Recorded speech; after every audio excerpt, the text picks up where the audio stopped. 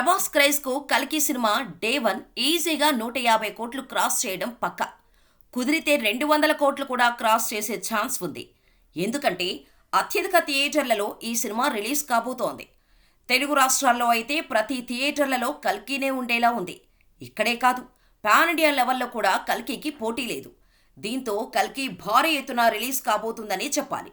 కాబట్టి ఈ సినిమాకు హిట్ టాక్ వస్తే వసూళ్ల వర్షం పక్కా. మరి కల్కి ఎంత రాబడితే హిట్ లిస్టులోకి వెళ్తుంది?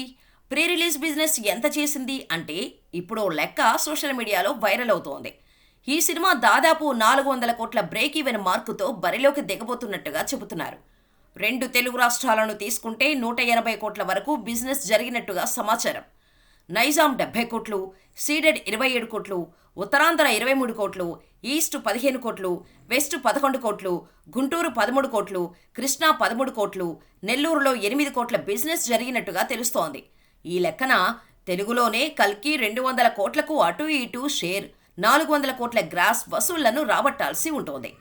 ఇక ఓవర్సీస్లో 100 కోట్లు, హిందీలో 100 కోట్లు, మొత్తంగా అన్ని ఏరియాల్లో కలుపుకొని 385 కోట్ల వరకు బిజినెస్ చేసిందట.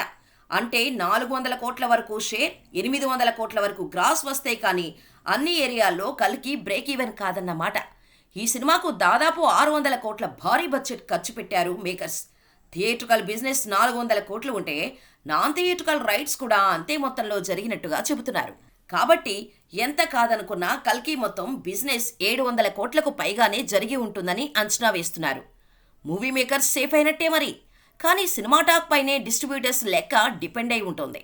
ఇక ప్రభాస్ క్రేజ్కు ఫ్లాప్ టాక్ వచ్చినా కూడా 2-3 రోజుల్లోనే 3 నుంచి 400 కోట్ల కలెక్షన్స్ వస్తుంటాయి.